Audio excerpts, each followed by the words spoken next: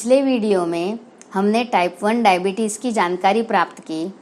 आज हम type 2 diabetes, pre diabetes and gestational diabetes के बारे में जान लेते हैं। हेलो एंड नमस्ते, मैं doctor Pratibha Jain. Welcome to Pratibha's wellbeing wonders. Carbohydrates का एंड प्रोडक्ट ग्लूकोज होता है जो ब्लड में एंटर होता है।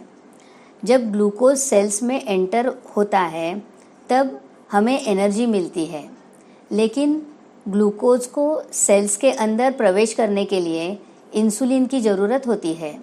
जैसे ही ग्लूकोज ब्लड में एंटर करता है, ब्रेन पैंक्रियाज को सिग्नल देते हैं और पैंक्रियाज इंसुलिन को रिलीज करता है।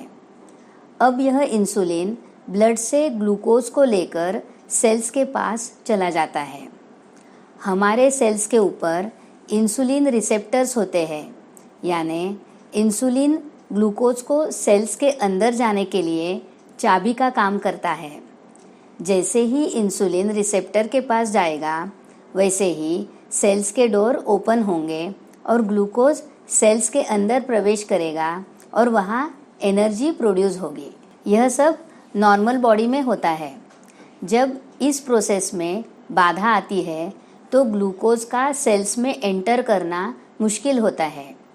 इसके कारण है, फर्स्ट वन, पैंक्रियाज ने इंसुलिन प्रोड्यूस तो किया लेकिन वह प्रॉपर क्वांटिटी में नहीं है।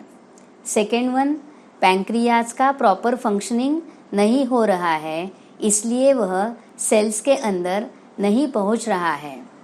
थर्ड वन, हमारा इनटेक ऑफ ग्लूकोज इतना ज़्यादा है कि सेल्स को इतने एनर्जी की ज़रूरत नहीं है। तब सेल्स ग्लूकोज को अंदर आने के लिए रेसिस्ट करते हैं, यानी उन्हें रोकते हैं। फोर्थ वन, जब सेल्स में ग्लूकोज नहीं जा रहा है तो ब्रेन पैंक्रियाज को सिग्नल देता है। पैंक्रियाज और इंसुलिन बनाता है।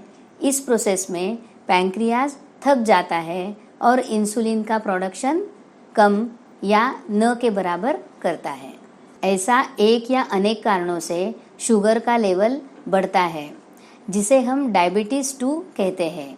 इसके सिम्टम्स है blurry vision, fatigue, excessive thirst, nausea, vomiting, frequent urination, sudden weight loss और weight gain, tingling sensation for limbs, dizziness etcetera. अब हम प्री डायबिटीज़ के बारे में जान लेते हैं। प्री डायबिटीज़ में नॉर्मल से थोड़ा ज़्यादा शुगर होता है। इसके तरफ ध्यान नहीं दिया और प्रॉपर डाइट नहीं लिया तो डायबिटीज़ में कन्वर्ट होने के चांसेस बढ़ जाते हैं। इसके सिम्टम्स है आर्मपिट, काफ, पैरों का कलर काला हो जाता है।